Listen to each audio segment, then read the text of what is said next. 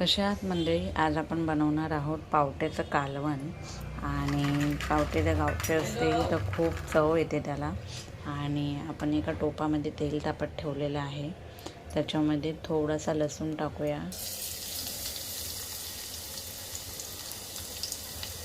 आणि त्याच्यामध्ये कोथिंबीर थोडीशी घालूया.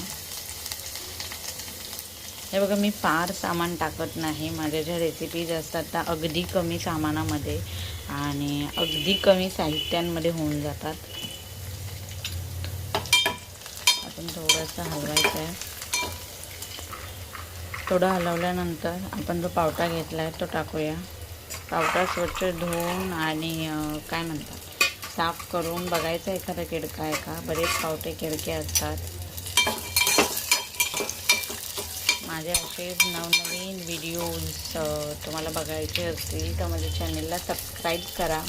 मला माहिती आहे माझे व्हिडिओज तुमच्यापर्यंत पोहोचत आहेत, पण प्लीज मला सबस्क्राईबसुद्धा करा, जेणेकरून मी अजून नवनवीन व्हिडिओ टाकेल ते तुमच्यापर्यंत पोहोचेल. आपण चवीला थोडं मीठ टाकलेलं आहे, तर आपण थोडी हळद आहे ती टाकूया.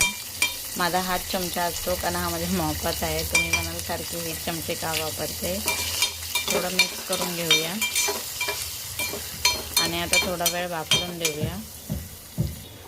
तुम्ही बघू शकता छान आता वाफेवरती थोडं शिजवलं आहे. पावटा वाफरल्यानंतर खूप छान वास येतो. आणि आपण आता याच्यामध्ये चटणी घालूया. हा आमचा घाटे मसाला आहे. चवीनुसार मी अंदाजे टाकते, तुम्ही तुमच्या चवीनुसार टाकू शकता. ठीक आहे. चटणी छान अशी भाजून घ्यायची.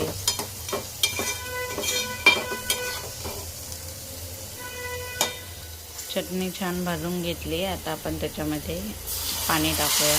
अंदाजाने टाकायचं आहे. बघू शकता उकळी येते. आता आपण त्याच्यामध्ये शेंगदाण्याचं कूट घालू. 1 चमचा शेंगदाण्याचं कूट घातलं आहे. आता 1 चमचा कारळ्याचं कूट घाल. अशा प्रकारे आपलं हे पावट्याचं कालवण तयार आहे. तुम्हाला व्हिडिओ आवडले असेल नक्की लाईक करा आणि जास्तीत जास्त माझ्या चॅनलला सबस्क्राईब करा. थँक्यू.